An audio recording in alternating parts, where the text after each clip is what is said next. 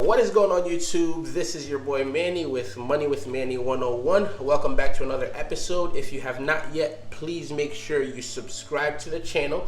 And halfway through or all the way through, if you happen to like the video, like, comment, and share this with somebody that will learn from it.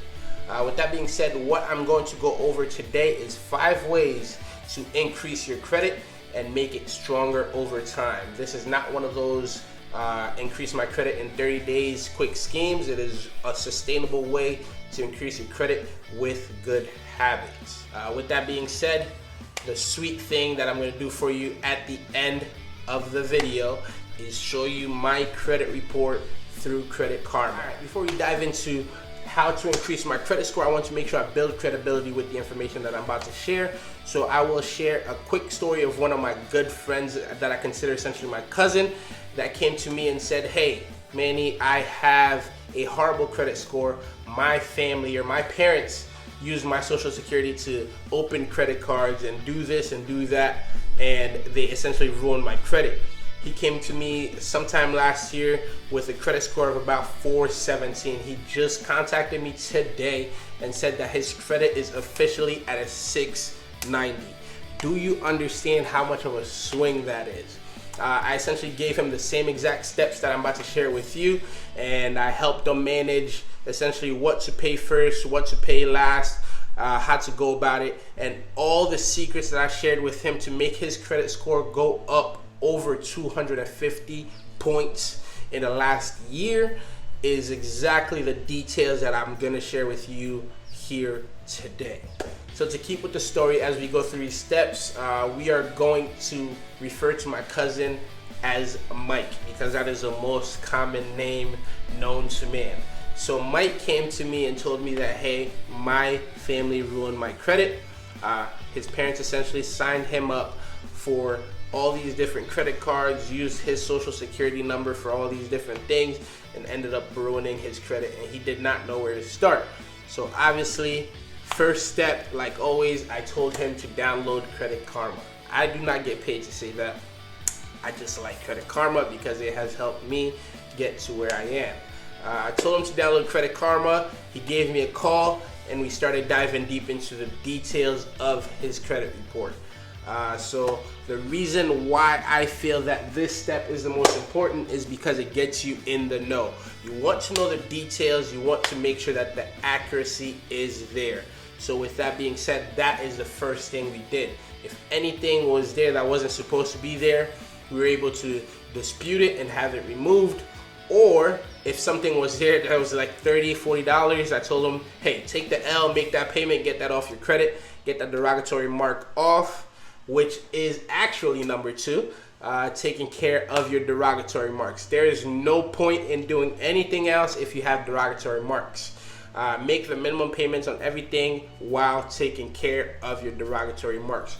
All your extra income should be going towards getting rid of those. Get on the phone with those creditors, figure out what you have to do to get that off of your credit, which is essentially the step 2 that I told him to do after he had Credit Karma. We made sure the details, we saw the derogatory marks, and we started hitting it fast. And as you could tell here, after a month, his credit went from that 417 to what you now see here. After that was taken care of, he got rid of all his derogatory marks. The next thing I told him to do is to manage his credit cards. Now, good thing is he only had one credit card. I obviously informed him on how credit scores work and how they're essentially graded. If you want more details on that, please follow the link that I just posted here, which is my video on how credit score is measured. All right, this step actually does not apply to my cousin Michael because he actually did not have a lot of credit cards to work with. But credit card management is a next step when it comes to most of us. What I will say about credit card management is understanding how many credit cards do you have, what are their limits, and understanding to not use more than 30% of that allotted limit. So if a credit card limit is $1,000, don't use more than 30%, which is $300. Now the other thing you could go into more details of is if you have 5 different credit cards that are $2,000 each. Those 5 different credit cards give you a total allotted $10,000.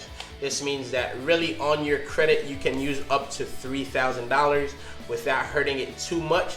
But the fact that one of the credit cards is going to be over or at 100% utilization can hurt your credit. So you want to make sure that you have that variety and that you know how to break it up while you're keeping it under 30% as a max for those 5 credit cards. The next thing I helped him do is make sure that he made his payments on time. So I don't know how his track record was before, but what I can tell you is that since we've talked, he has made on-time payments for the past at least year. This has helped him build his credit up.